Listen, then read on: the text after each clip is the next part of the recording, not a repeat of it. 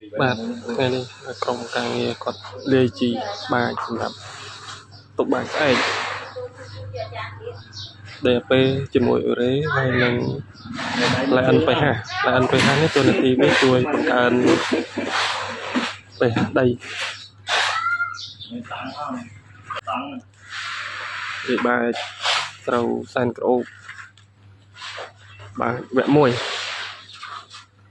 4 ហិកតាបាចស្អែកតែបងប្អូនមានតម្រូវការជីអាចទៅបាន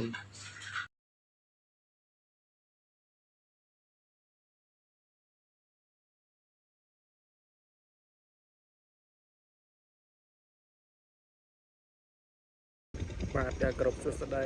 អំពូមីបងប្អូនប្រជាកសិករទាំងអស់គ្នាបាទនេះជាស្ថានភាពដែលបងគាត់កំពុងតែបាច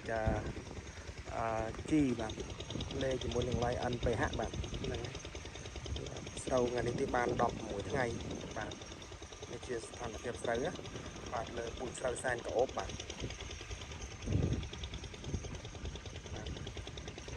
ហើយនេះការប្រើប្រាស់នៅក្នុង1ហិកតាខ្ញុំប្រើ2គីឡូបាទ ឡាយ NPH បាទអរគុណច្រើនបាទសូមជម្រាបលាគ្រប់សួស្តីអំពូមីបងប្អូនប្រជាកសិករទាំងអស់គ្នាបាទនេះជាស្រូវពូជរបស់ ឡាយ N ផលិត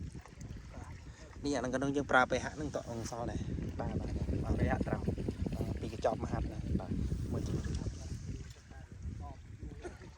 រីកល្អមកប្រើ pH ចឹងរីកល្អហើយចំពោះពូជនេះយើងប្រើតែ100គីឡូណាបាទហ្នឹងសែនក្អូប0 1ខ្ញុំប្រើតែ100គីឡូតែពេលថ្ងៃសល់ដីតិចខ្ញុំស្ដាយឲ្យគាត់ឆ្លូបមកបាទស្បែកនេះ